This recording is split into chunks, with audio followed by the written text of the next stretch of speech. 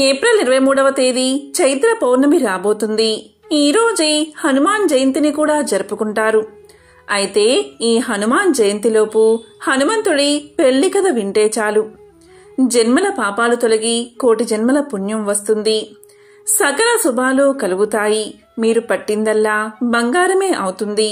మరి ఎంతో విశేషమైన ఈ హనుమాన్ జయంతిలోపు ఏ కథను వింటే సకల శుభాలు చేకూరతాయో ఇప్పుడు ఈ వీడియోలో తెలుసుకుందాం. మనం ఏదైనా గొప్ప పనిని తలపెట్టాలి అన్నా, తలపెట్టిన పనిని పూర్తి చెయ్యాలి అన్నా ఆ ఆంజనేయుడే ఆదర్శంగా నిలుస్తాడు. హనుమంతుడు అంత గొప్పవాడు అనడానికి కారణం ఆయన బ్రహ్మచర్య దీక్షే అని చాలా మంది చెబుతారు. మరి హనుమంతుడికి వివాహం జరిగిందని కొంతమంది చెబుతూ ఉంటారు.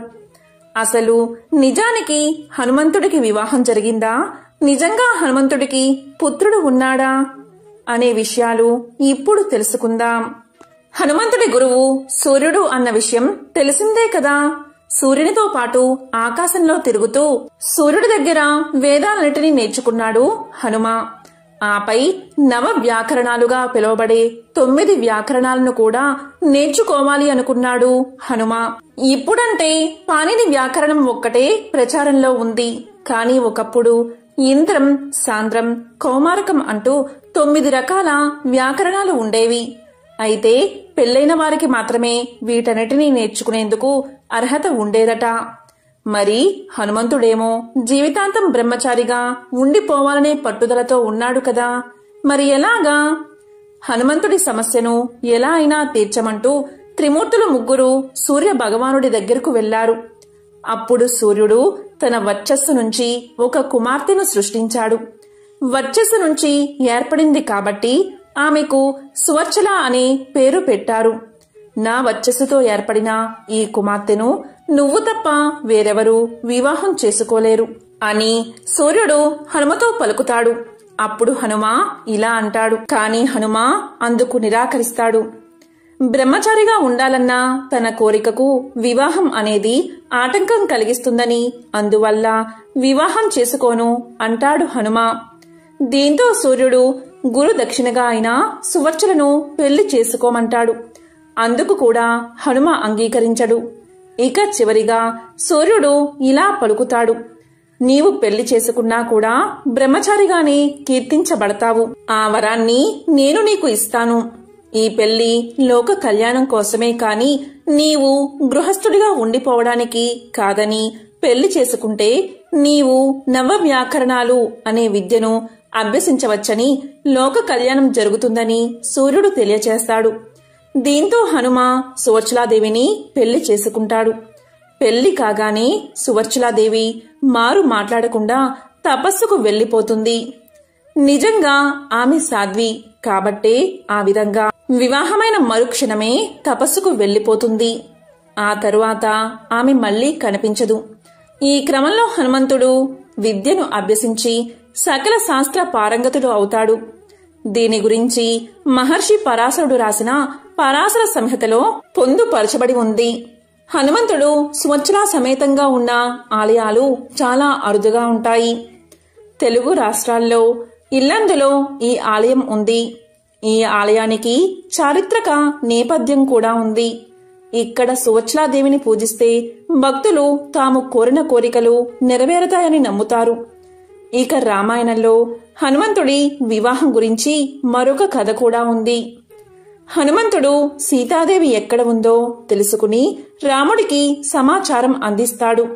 రావణుడి చెరలో సీతమ్మ ఉందని తెలుసుకుని లంక చేరేందుకు సముద్రం మీద వారధి నిర్మించేందుకు కార్యక్రమం చేస్తున్న సమయంలో వానరులు సముద్రంలో రాళ్లను వేస్తూ ఉంటారు.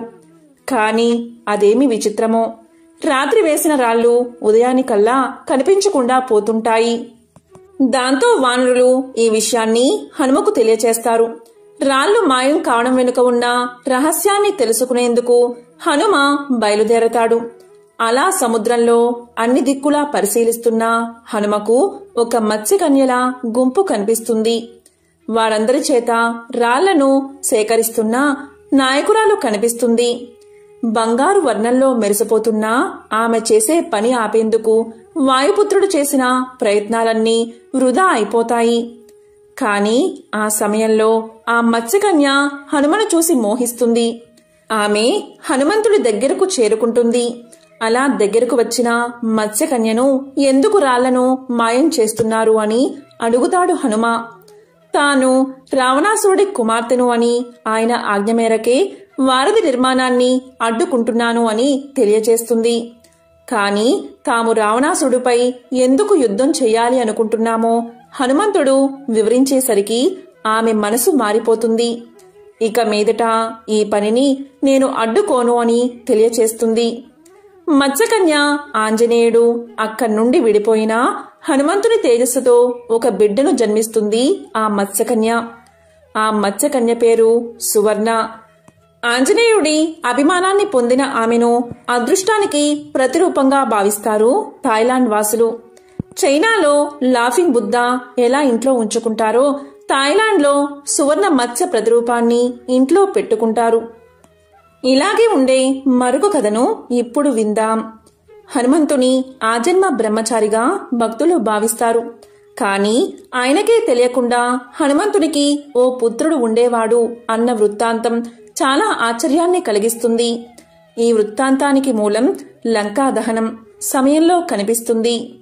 శ్రీరాముని దూతగా సీతను విడిపించమంటూ రావణాసురునికి 4 ముక్కలు చెప్పేందుకు లంకకు చేరుకుంటాడు హనుమంతుడు. కాని కామవశుడైన రావణాసురుడు హనుమంతుని మాటలు లెక్క చెయ్యకపోగా అతని తోకను నిప్పంటించమని తన సైన్యానికి ఆదేశిస్తాడు. నిప్పంటుకున్న తన తోకతో ఏకంగా లంకనే ముట్టిస్తాడు హనుమంతుడు. కాని లంక నుంచి తిరిగి వెళ్తూ ఆ వేడి నుంచి ఉపశమనం లభించేందుకు సముద్రంలో కొంతసేపు మునిగి ఉండేందుకు నిశ్చయించుకుంటాడు హనుమ. హనుమంతుడు అలా నీట మునగగానే అతని శరీరం నుంచి విడివడిన శ్వేత బిందువు ఓ జలకన్య నోటిలోకి ప్రవేశిస్తుంది. ఆ శ్వేత బిందువు ఆ జలకన్య గర్భాన ఒక శిశువుగా మారుతుంది. ఇదేమీ గ్రహించని హనుమంతుడు తన దారిన తాను వెళ్లిపోతాడు. కొన్నాళ్లకి పాతాళ లోకాన్ని ఏలే మైరావణుడి భటుల వలలో జలకన్య చిక్కుతుంది. మైరావణుడికి ఆహారంగా ఆ జలకన్యను మోసుకుపోతారు అతని భటులు. కాని ఆమె పొట్టను కోసి చూసిన వారు ఆశ్చర్యంలో మునిగిపోతారు. జలకన్య గర్భాన శక్తిమంతమైన ఓ జీవి వారికి కనిపిస్తుంది. సగం కోతి రూపంలోనూ మరో సగం మకరంగానూ ఉన్న ఆ జీవికి మకరధ్వజుడు అని పేరు పెడతాడు మైరావణుడు. అంతేకాదు అతని శక్తిని గమనించి తన రాజ్యానికి ద్వారపాలకుడిగా కూడా నియమిస్తాడు. రోజులు గడుస్తున్నాయి. రామ రావణుల మధ్య రాయబారాలు బెడిసికొట్టడంతో యుద్ధం మొదలయింది. యుద్ధం జరుగుతున్న కొద్దీ రామలక్ష్మణులది పైచేయి కాసాగింది. దీంతో కంగారు పడిపోయిన రావణాసురుడు తన బంధువైన పాతాళాధిపతి మైరావణుడికి కబురు పంపాడు.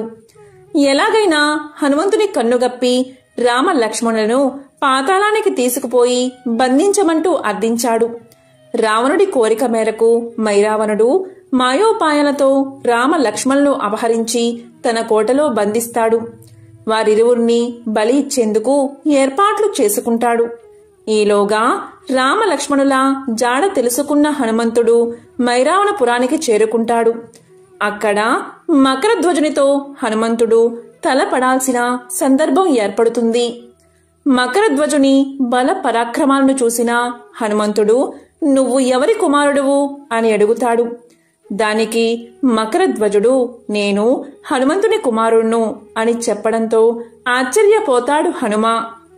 ఆపై అతని జన్మ వృత్తాంతాన్ని తెలుసుకుని సంతోషంతో ఉక్కిరి బిక్కిరైపోతాడు హనుమ. అటువైపు మకరధ్వజునికి కూడా తన తండ్రిని కలుసుకున్నానన్న సంతోషం నిలువనియ్యదు. కాని తన ప్రభువైన మైరావణుడికి మోసం చెయ్యలేనని, ఆయన ఆజ్ఞను జవదాటలేనని తేల్చి చెబుతాడు మకరధ్వజుడు. తనను ఓడించిన తర్వాతే కోటలోపలికి ప్రవేశించమని హనుమంతుడిని సూచిస్తాడు. తన కుమారుడి స్వామి భక్తికి అచ్చర పొందుతూనే హనుమంతుడు అతనితో తలపడతాడు. సుదీర్ఘకాలం సాగిన ఆ ద్వంద్వ యుద్ధంలో చివరికి హనుమంతుడు ఎలాగూ విజయం సాధిస్తాడు. ఆపై కోట లోపలికి ప్రవేశించి మైరావణ్ణి సంహరించి రామ లక్ష్మణులను విడిపిస్తాడు. హనుమంతుడి నుంచి మకరధ్వజుని మాట విన్న రాముల వారు అతడిని పాతాళానికి అధిపతిగా నియమించి లంకకు వెళ్తారు. ఇదే హనుమంతుడి కుమారుడైన మకరధ్వజుని కథ. ఈ కథ చాలా మందికి తెలియదు. ఇప్పటికీ క్షత్రియుల్లో కొందరు తాము మకరధ్వజునికి వారసులుగా భావిస్తారు. వారు పాలించిన రాజస్థాన్, గుజరాత్ వంటి ప్రాంతాలలో ఆయనకు ఆలయాలను నిర్మించి తమ భక్తిని చాటుకున్నారు కూడా. రాజస్థాన్లోని అజ్మీర్కు దగ్గరలో, గుజరాత్లోని ద్వారకలో మకరధ్వజుని ఆలయానికి ఇప్పటికీ భక్తులు అధిక సంఖ్యలో వస్తూనే ఉంటారు. తండ్రిలాగే మకరధ్వజుడు కూడా తన్ని శరణు కోరిన వారిని వెన్నంటి రక్షిస్తాడని భక్తుల నమ్మకం. ఇది హనుమంతుడి కుమారుడైన మకరధ్వజుని వృత్తాంతం. చాలా మందికి తెలియని హనుమంతుడి వివాహం, అలాగే హనుమంతుడి కుమారుడైన మకరధ్వజుని కథలివి. హనుమంతుడు అంజనాదేవి కేసరిల పుత్రుడు, వాయుదేవుని ఔరస పుత్రుడు, మహాబలుడు, శ్రీరామదాసుడు, అర్జునుని సకుడు, ఎర్రని కన్నులు గల వానరుడు, అమిత విక్రముడు, శతయోజన విస్తారమైన సముద్రాన్ని దాటినవాడు, లంకలో బందీ అయిన సీతమ్మ తల్లి శోకాన్ని హరించినవాడు, ఔషధి సమేతంగా ద్రోణాచలమును మోసుకువచ్చి యుద్ధమున వివసుడైన లక్ష్మణుని ప్రాణాలు నిలిపినవాడు, దశకంఠుడైన రావణాసురుడి గర్వం అణిచినవాడు. హనుమంతుని ఈ నామాలు నిద్రించే ముందు, ప్రయాణానికి ముందు స్మరిస్తే అలాంటి వారికి మృత్యు భయం ఉండదట. వారికి సర్వత్రా విజయం లభిస్తుందట. ఎత్ర ఎత్ర రఘునాథ కీర్తనం తత్ర తత్ర కృత మస్తకాంజలిం బాష్పవారి పరిపూర్ణలోచనం మారుతిం నమత రాక్షసాంతకం.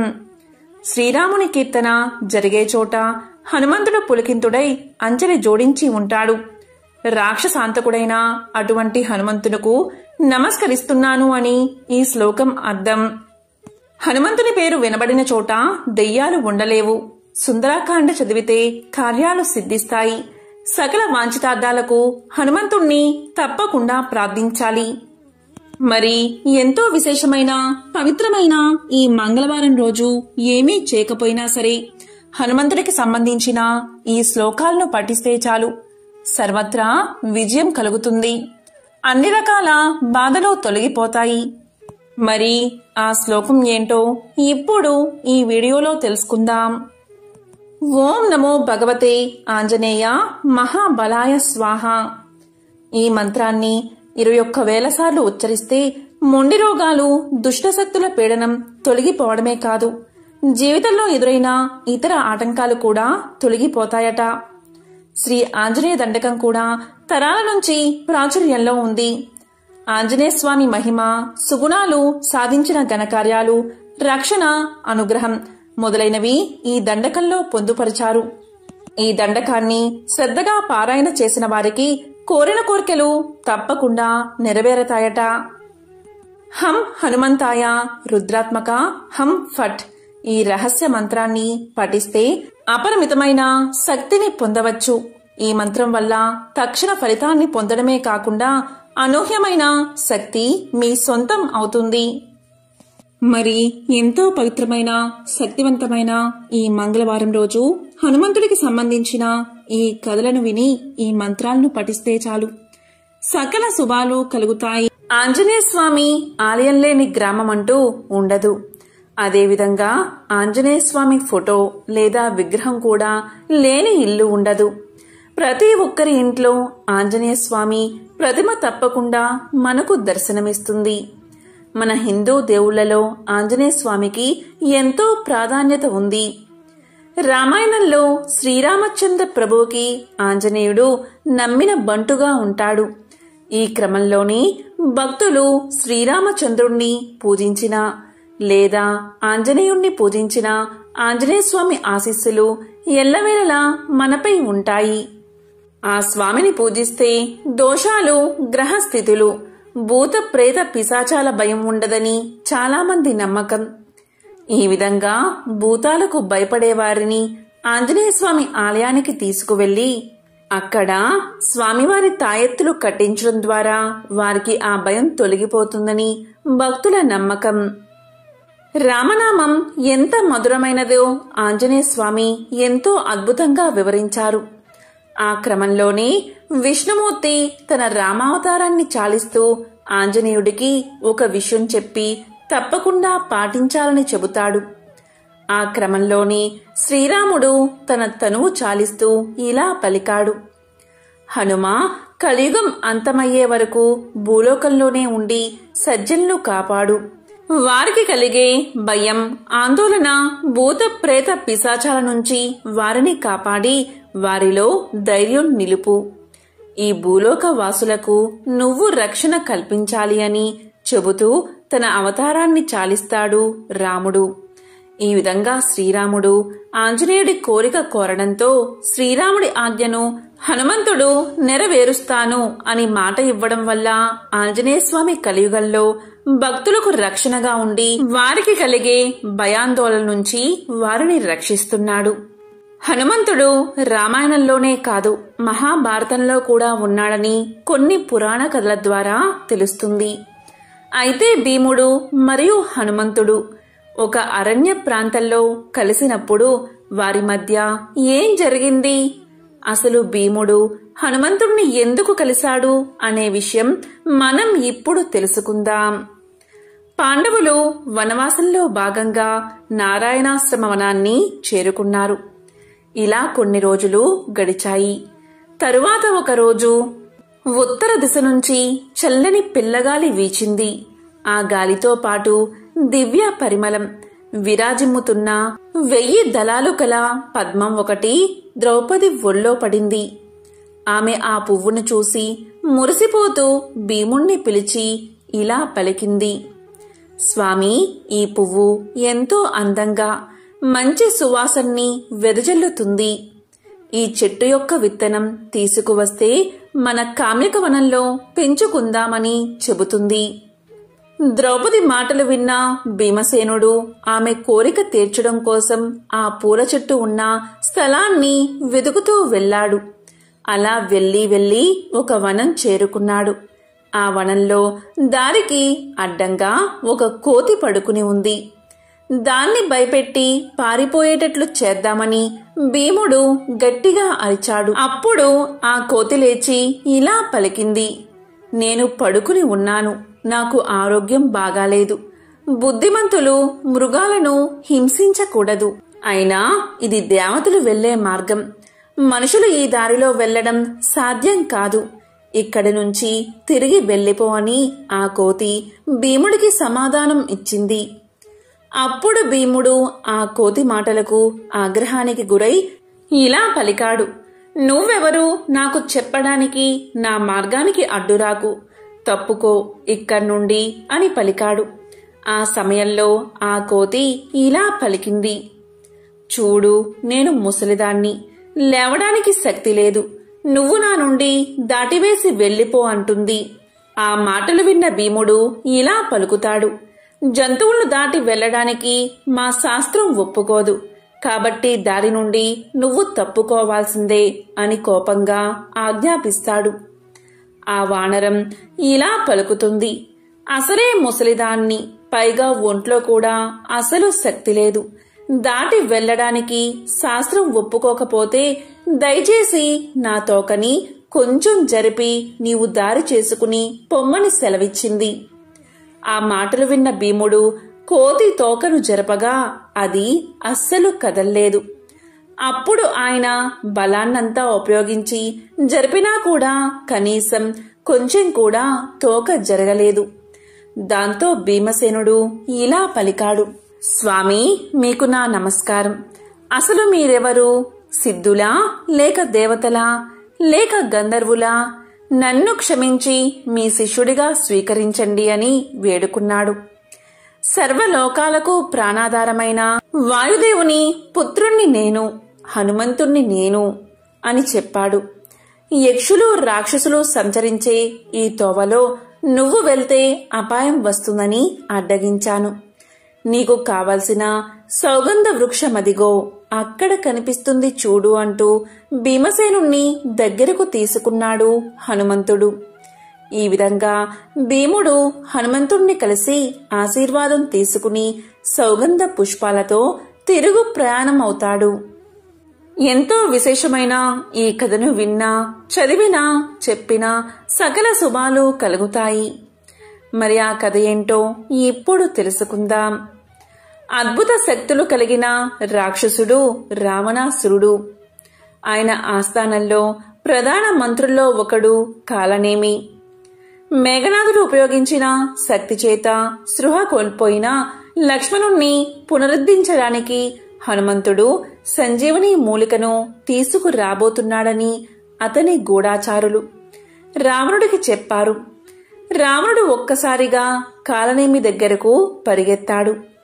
కాలనేమి దగ్గరకు వెళ్లి హనుమంతుణ్ణి ఆపడానికి ఏదైనా ఉపాయం లేదా మంత్రాన్ని ప్రయోగించమని, అతన్ని చంపమని తెలియచేస్తాడు రావణుడు.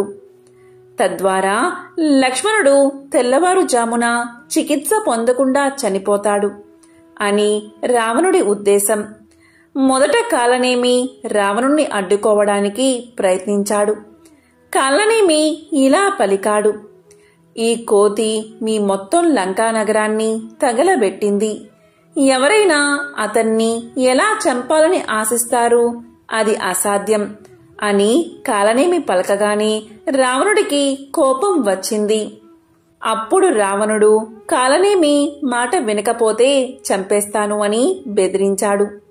అయితే మరోవైపు సంజీవని మూలికను తీసుకురాకుండా హనుమంతుణ్ణి ఆపితే లంకలో సగభాగాన్ని ప్రతిఫలంగా ఇస్తానని చెప్పాడు రావణుడు. రావణుడి మాటలు విన్న కాలనేమి ఇలా అనుకున్నాడు: రావణుడి చేతిలో చనిపోవడం కంటే హనుమంతుడి చేతిలో చనిపోవడం మేలు అని తనలో తాను అనుకున్నాడు. హనుమంతుణ్ణి ఆపడానికి బయలుదేరాడు కాలనేమి. హనుమంతుని మార్గంలో ఒక పర్వతంపై అతను అద్భుతంగా పళ్ళ తోటలు, అలాగే పూల చెట్లతో ఒక ఆశ్రమాన్ని సృష్టించాడు.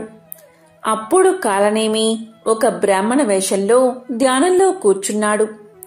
హనుమంతుడు తనను సమీపిస్తున్నాడని గమనించినప్పుడు కాలనేమి రాముణ్ణి కీర్తించడం ప్రారంభించాడు. అప్పుడు హనుమంతుడు అలా జపిస్తున్నది రామభక్తుడే అని భావించి దారిలో ఆగాడు. అప్పుడు కాలనేమి ఇలా పలికాడు: నా యోగశక్తితో నువ్వు రాముడి దూతవని నాకు తెలుసు. మీరు మీ పనిలో తప్పకుండా విజయాన్ని సాధిస్తారు. కానీ మీరు చాలా అలసిపోయి ఉండాలి.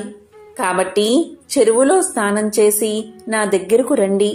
నేను మీకు ఒక అద్భుతమైన మంత్రాన్ని చెబుతాను అని కాలనేమి చెప్పగా హనుమంతుడు నీరు తాగడానికి చెరువు వద్దకు వెళ్తాడు.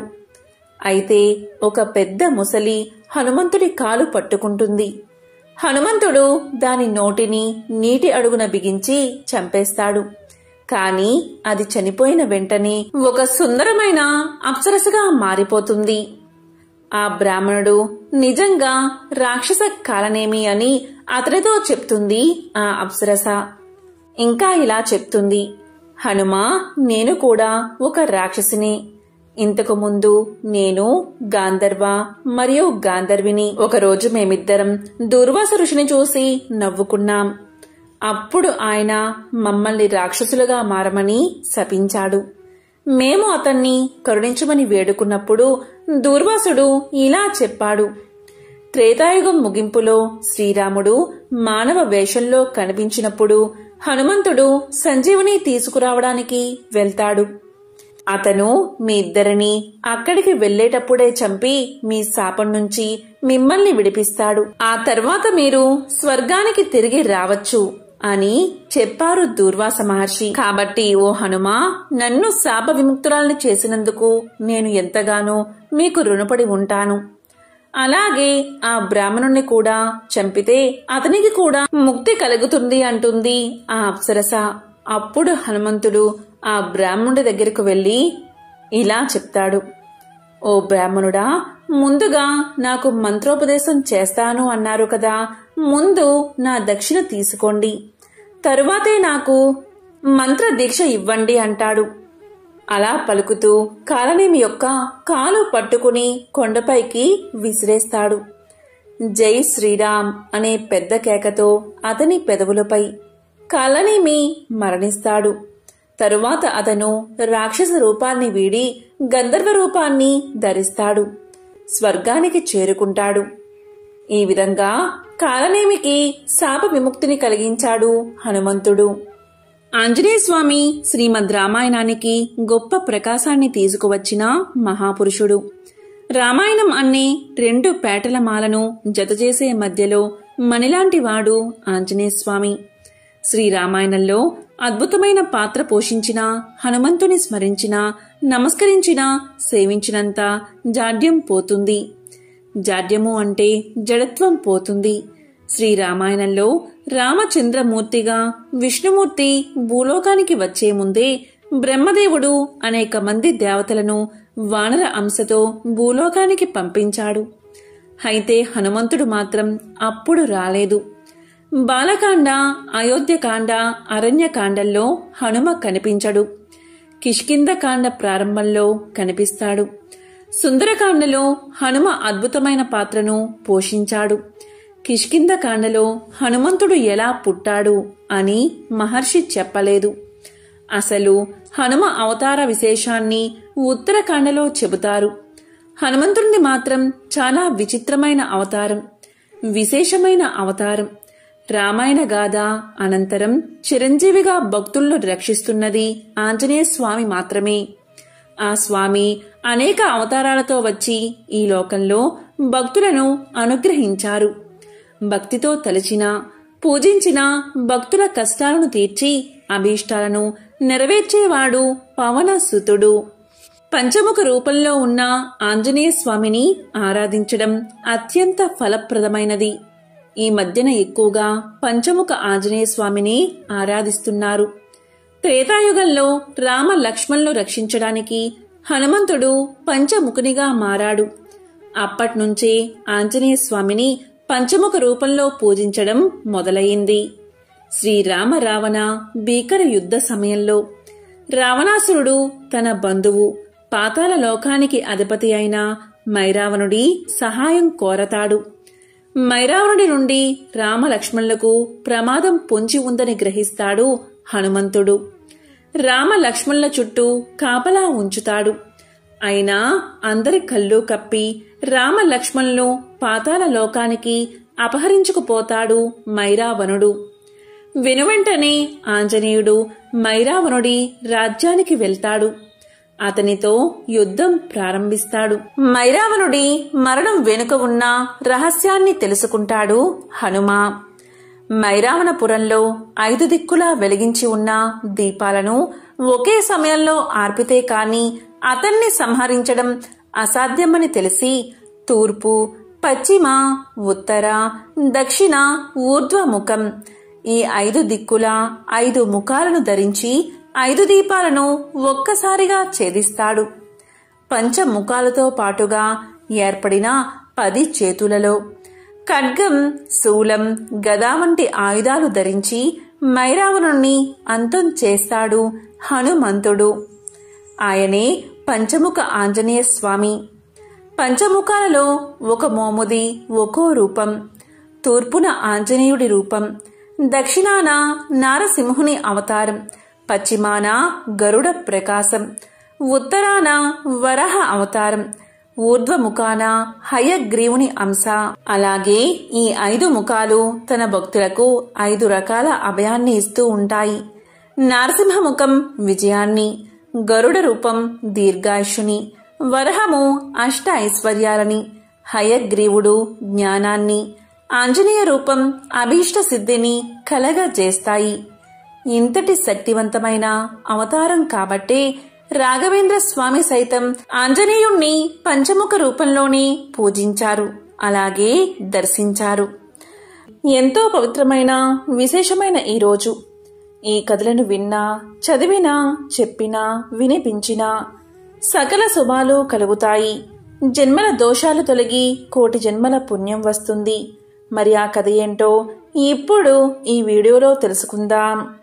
ఈ కథను విన్నంతనే సకల దరిద్రాలు తొలగి సకల శుభాలు కలుగుతాయి. పూర్వం ఒకసారి సౌనకాది మహర్షులు సూత మహర్షిని శ్రీ హనుమత్ ఉద్భవాన్ని వివరించమని కోరారు. అప్పుడు సూతుడు ఇలా చెప్పడం ప్రారంభించాడు. వ్యాస మహర్షి ఒకసారి ద్వైతవనంలో ఉన్న పాండవుల దగ్గరకు వచ్చాడు. ధర్మరాజు భార్య ద్రౌపదితో సోదరులతో సహా ఎదురు వెళ్లి స్వాగతం చెప్పి లోపలికి ఆహ్వానించి అర్ఘ్యపాద్యాదులు ఇచ్చి భక్తి శ్రద్ధలతో సేవించాడు. అప్పుడు వ్యాసుడు ఎంతో సంతోషించి ద్రౌపది పాతివ్రత్యాన్ని మెచ్చుకున్నాడు. అందరూ భక్తి శ్రద్ధలతో చేయవలసిన వ్రతం ఉందని దాన్ని వివరించాడు. అది కార్యసిద్ధిని కలిగిస్తుందని, వెంటనే ఫలితం లభిస్తుందని చెప్పాడు. అదే శ్రీ హనుమద్వ్రతం. దుష్టగ్రహాన్ని వ్యాధుల్ని పోగొట్టి సకల శుభాలు శ్రేయస్సు ఇస్తుందని దాన్ని ఆచరించి మళ్లీ రాజ్యాన్ని పొందమని ఉపదేశించాడు వ్యాసుడు. పూర్వం ఈ వ్రతాన్ని శ్రీకృష్ణుడు ద్రౌపదికి బోధించి దగ్గర ఉండి వ్రతం చేయించాడని, దాని ప్రభావం వల్లనే పాండవులకు అఖిల సంపదలు లభించాయని తెలియచేశాడు. అయితే ఒకసారి అర్జునుడు ద్రౌపది చేతికి ఉన్న హనుమత్ తోరణాన్ని చూసి దాని వివరం అడిగాడు. ఆమె అన్నీ వివరంగా చెప్పగా అతనికి గర్వం కలగడంతో కోతిని గూర్చిన వ్రతం ఏమిటి అని ఈసడించాడు. తన జెండాపై కట్టబడ్డవాడు ఒక వానరుడు అయిన హనుమకు వ్రతం చేయడమేమిటి అన్న దుర్భాషలాడాడు. ఆమె ఏడుస్తూ తన అన్న శ్రీకృష్ణుడు చెప్పి చేయించిన వ్రతమిదని తెలియజేసింది. అయినా అర్జునుడికి కోపం తగ్గలేదు. ఆమె చేతికున్న తోరాన్ని బలవంతంగా లాగి పారేశాడు. అప్పట్నుంచే పాండవులకు కష్టాలు ప్రారంభమయ్యాయని, ఈ అరణ్య అజ్ఞాతవాసాలు దాని ఫలితమేనని వ్యాసుడు ధర్మరాజుకు తెలియచేశాడు.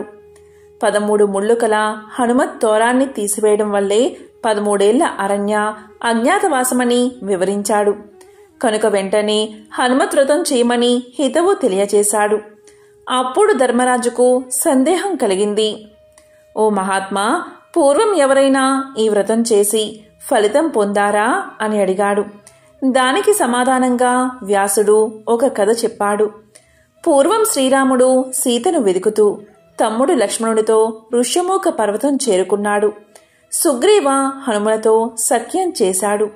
అప్పుడు హనుమ రామునితో తన వృత్తాంతమంతా చెబుతూ దేవతలంతా తనకు ఎలాంటి వరాలు ప్రదానం చేశారో వివరించాడు.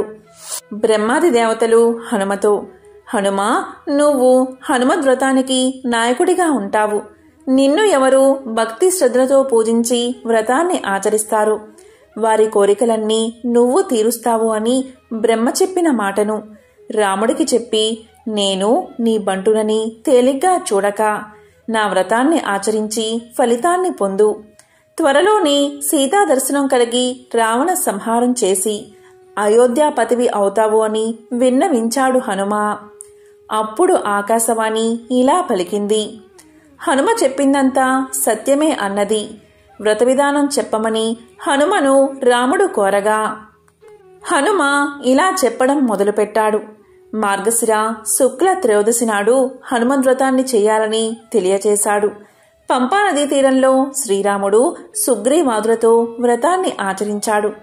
13 ముళ్ళ తోరాన్ని పూజించి కట్టుకున్నాడు అని వ్యాసుడు రాముడికి జరిగిన వృత్తాంతం తెలియచేసి, కాబట్టి సందేహం లేకుండా ధర్మరాజాదులను ఈ వ్రతం వెంటనే చెయ్యమన్నాడు వ్యాసుడు. వ్యాస మహర్షి మాటలకు సంతృప్తులై ధర్మరాజు భార్య సోదరులతో వ్రతాన్ని విధి విధానంగా చేసి అంతా తోరాలు భక్తి శ్రద్ధలతో కట్టుకున్నారు. ఇలా చేయడం వల్లే వారికి విజయం లభించింది. కౌరవ పాండవుల యుద్ధంలో విజయం వారిని వరించింది, అంటే పాండవులను వరించింది. అంతటి శక్తివంతమైనది హనుమద్ వ్రతం. ఎంతో పవిత్రమైన విశేషమైన ఈ కథలను ఈరోజు విన్నా, చదివినా, చెప్పినా, వినిపించినా సకల శుభాలు కలుగుతాయి. జన్మల దోషాలు తొలగి కోటి జన్మల పుణ్యం వస్తుంది. ఓం ఆంజనేయాయ నమః. ఓం మారుతాత్మజాయ నమః. ఓం మహావీరాయ నమః.